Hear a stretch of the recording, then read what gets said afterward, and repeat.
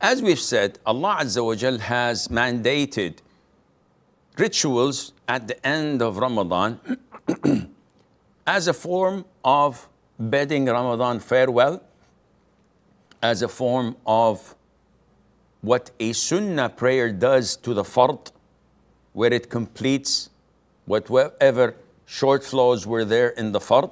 Likewise, this is something that Islam mandated upon the Muslims in the end of the month of Ramadan as a conclusion. Among these rituals is what is known as Zakat Al Fitr. Zakat is one of the pillars of Islam, but this is specific. This is Zakat Al Fitr. Fitr is when you break your fast. And this is what we call Al-Iftar or Fatur. When you break your fast, when you eat the first meal of the day, it's called Fatur or Iftar. So Zakat al-Fitr is something related to breaking your fast. And this is what Allah Azza wa Jal has mandated upon us at the end of the month of Ramadan. Why was it prescribed? It was prescribed for two reasons. One, that it is a means of purification for whatever shortcomings we had during our fasting, and to whatever bad things we've said. So as an expiation, we are to give this zakat to erase and expiate what had happened.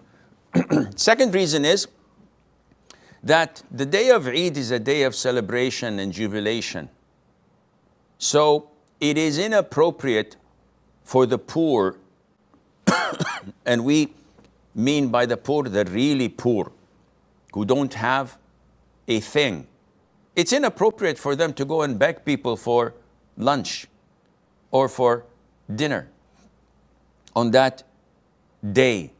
Therefore, Islam mandates that we give a certain amount of food so that on that day they would not need to ask anyone or to beg anyone for it. So what is Zakat al-Fitr? Zakat al-Fitr, mandated by the Prophet ﷺ, to be given a particular sa'.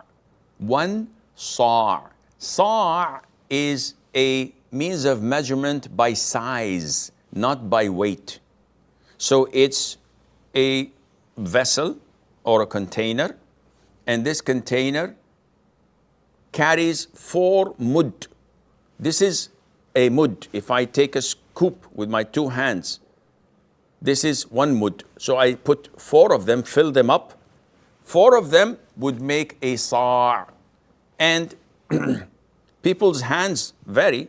If I was in the NBA, my sa' would probably be a lot. And if I were from the Far East, then my hands would be so tiny. No, it's the average height and size of a person.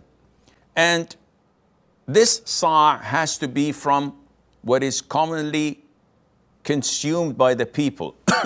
So usually it is given out of dates, wheat, barley, beans, corn, macaroni, whatever people eat.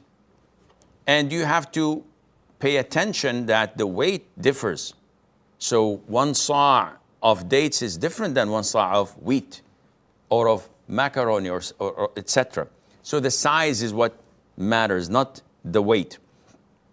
And I have to give it out on behalf of myself and those whom I'm providing for, providing that they're Muslims. So whether a slave or a free man, a boy or a girl, a male or a female, old or young, I provide for them, then I have to give zakat on their behalf. And usually in, in some cultures, the father keeps on giving Zakat al-Fitr on behalf of his children, even if they're earning and they've left to live somewhere else. And this is permissible only if they authorize you. So if my son or my daughter have moved out and I want to give Zakat Al Fitr every year as usual, I have to take their permission. Son, listen, I'm giving Zakat Al Fitr on behalf of you and your wife and children. If he says, okay, Dad, no problem, this is permissible. And as in the hadith of Abu Sa'id, the hadith of Ibn Umar, may Allah be pleased with them all, the Prophet specifically, alayhi salatu wasalam, indicated that it has to be food. And he gave categories of food. And the value of each sa' differs from one another. This is what called the vast majority of schools of thought and scholars to state that it is not permissible to give it in cash. It has to be given in actual food items. And it cannot be given in cash. If it's given in cash to the poor, it is invalid. Because the value differs. And because the Prophet had money at his time, alayhi salatu wasalam, yet he ordered the companions to give it in food. So, unlike what Imam Abu Hanifa says, the vast majority of scholars say you have to give it in food. Now, there's no problem in authorizing an agency, an institution, a charity organization, an individual, etc.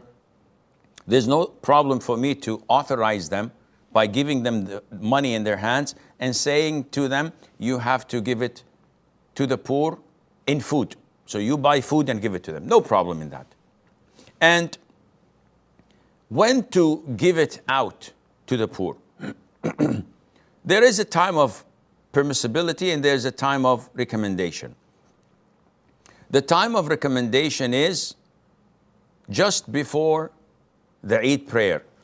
The Eid prayer is done after sunrise on the first day of Shawwal. So just before that, between the sunset of the last day of Ramadan till the Eid prayer, this all time, the whole time is approximately 12 hours, a little bit less, is sufficient for you to give your Zakat Al Fitr. This is a recommendation. Sometimes due to big metropolitan cities, you won't be able to know where the poor is, so you may need a little bit more time. There's no problem in giving it out a day or two, like Ibn Umar, may Allah be pleased with him, and with his father used to do. So a couple of days before Eid, you can give it to the poor without any problem, inshallah. Do I have to have a certain threshold to qualify to give zakat? No. If I have my food for today, to most of us this seems that, come on, we have food for 6 months in advance. Yeah, but this is what the norm was at the time of the Prophet ﷺ. People only had the food of today. So if you have your food and your family's food for today and extra that suffices to give zakat, then you have to give zakat.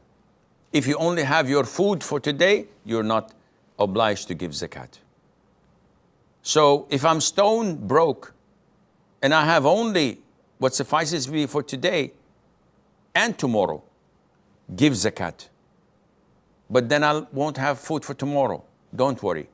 For the likes of you, others will give you zakat. And there's no problem in a group of people, a family of 10, giving the zakat of 10 people to one individual. Or the zakat of one individual, giving it to a family of 5 or 10 or 15. There's no problem in that. And if you add a little bit more, there's no problem in that either. This is, in a nutshell, what Zakat Al Fitr is. Now, can I give it on behalf of non-Muslims? No.